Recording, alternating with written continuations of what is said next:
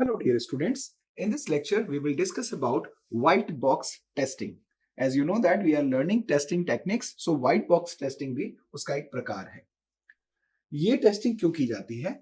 इस टेस्टिंग को करते हैं हम जिसमें हम प्रोग्राम को टेस्ट करते हैं और उसके इम्प्लीमेंटेशन को बेसिकली हम टेस्ट करते हैं. तो test program and its implementation.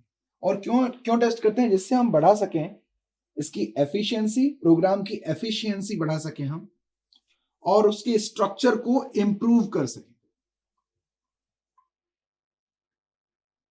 To improve efficiency and improve structure of a program, इसके लिए हम व्हाइट बॉक्स टेस्टिंग करते हैं. अब आपको ये पता है कि ब्लैक बॉक्स टेस्टिंग का बिल्कुल उल्टा ही है. इसका मतलब है कि जो डब्बा अभी तक आपको बिल्कुल अननोन था, अब वो यहां पर क्या हो जाएगा? नोन हो जाएगा. इसका मतलब है अब आपको यहाँ पे इंटरनल ब्लॉक स्ट्रक्चर दिखने लगेंगे कि भाई कौन कौन से ब्लॉक, कैसे पर्टिकुलर ब्लॉक फॉर्मुलेट हुए हैं, कितने पार्ट से कौन कनेक्टेड है, किस पार्ट से कौन कनेक्टेड है. तो ये अब आपको दिखने लगा. सो ब्लैक बॉक्स से आप व्हाइट बॉक्स की तरफ आ गए. अब ये डब्बा हो गया है ओपन. इस बॉक्स के अंदर अब आपको उसके इंप्लीमेंटेशन डिटेल्स दिख रही है. ठीक है.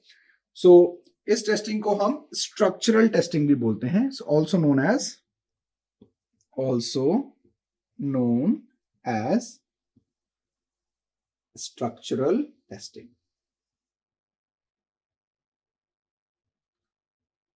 स्ट्रक्चर सही से बना है कि नहीं, सही से वो चीजें जो इंटेंडेड थी वो काम कर रही हैं कि नहीं, मॉड्यूल अच्छे से काम कर रहे हैं कि नहीं, ये हम टेस्ट करते हैं.